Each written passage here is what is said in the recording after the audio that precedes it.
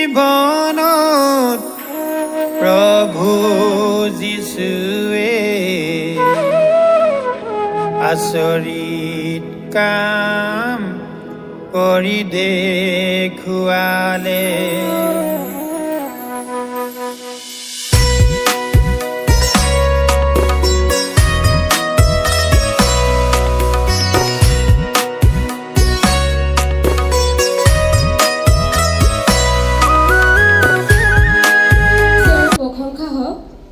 ধন্যবাদ প্ৰভু যীশু পিতাক কোটি কোটিবাৰ ধন্যবাদ জনাইছোঁ।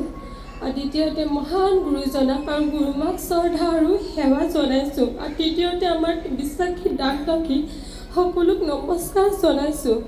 মই মোৰ জীৱনৰ সাক্ষ্য দিব ওলাইছোঁ। মই চাবুৱা মণ্ডলী, মোৰ নাম পূজা শাহ আৰু মোৰ মানুহজনৰ নাম ৰাজেশ শাহ। মই হায়দৰাবাদ গৈছিলোঁ, কিন্তু মানুহটো ভাল নহ'ল। দুয়োটা কিডনী বেয়া হৈছে, লিভাৰো বেয়া হৈছে বুলি কৈছে। ডিব্ৰুগড়ত দেখালোঁ, ডিব্ৰুগড়ত ছাৰে ক'লে ভাল নহ'ব বুলি ক'লে।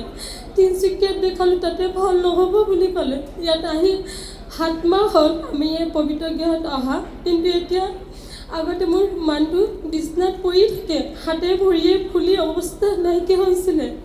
কিন্তু ইয়াত অহা বছৰ পৰা নিজে খোজকাঢ়ি কাম কৰিব পাৰিছে আৰু নিজে ঘৰটো চলাব পাৰিছে।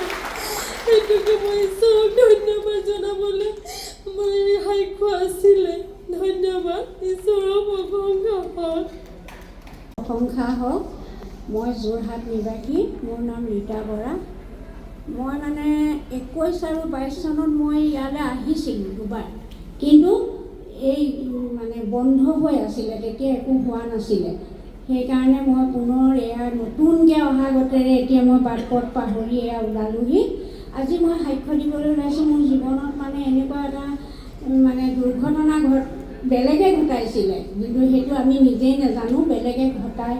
মোৰ এটা গভৰ্ণমেণ্ট ছাৰ্ভিচ আছে, সেই ছাৰ্ভিচটো ধ্বংস কৰিবৰ কাৰণে তেওঁলোকে এনেকুৱা কাম কিছুমান কৰি দিলে। কিন্তু প্ৰভু ঈশ্বৰৰ এগৰাকী কাঞ্চননগৰ, যোৰহাট কাঞ্চননগৰ মুনি ৰজক বোলা মানুহ এগৰাকী সেই কথাটো গম পাই পেলাই মোৰ ওচৰলৈ আহিলে। আহি পেলাই তেওঁ মোক এই প্ৰভু ঈশ্বৰৰ এই পাঠভাগ মোক তেওঁ অকণমান শিকালে। শিকাই মেলি ক'লে, আপুনি নিৰ্দোষী, আপুনি দুখ নাই কৰা, আপোনাৰ সকলো ভাল হ'ব, প্ৰভু ঈশ্বৰে আপোনাক চাব, আপুনি মাত্ৰ প্ৰভুৰ প্ৰাৰ্থনা কৰক। মই কৈছোঁ মই প্ৰাৰ্থনা নাজানো নহয়।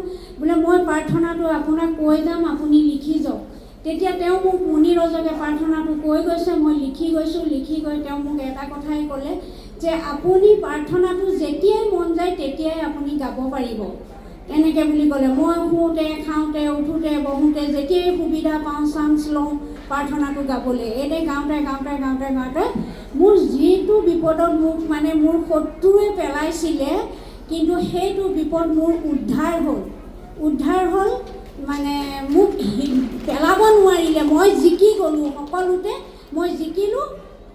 মোক সেই চাকৰিৰ পৰা খেদিব নোৱাৰিলে। সেইকাৰণে মই প্ৰভুৰ ওচৰত এতিয়াও বিনম্ৰ অনুৰোধ জনাইছোঁ, প্ৰভু যাতে সদায় আমি সেৱা ভাগ জনাই থাকিব পাৰোঁ, প্ৰাৰ্থনা কৰি থাকিব পাৰোঁ, তেওঁক সদায় যাতে আমি লগ পাই থাকোঁ।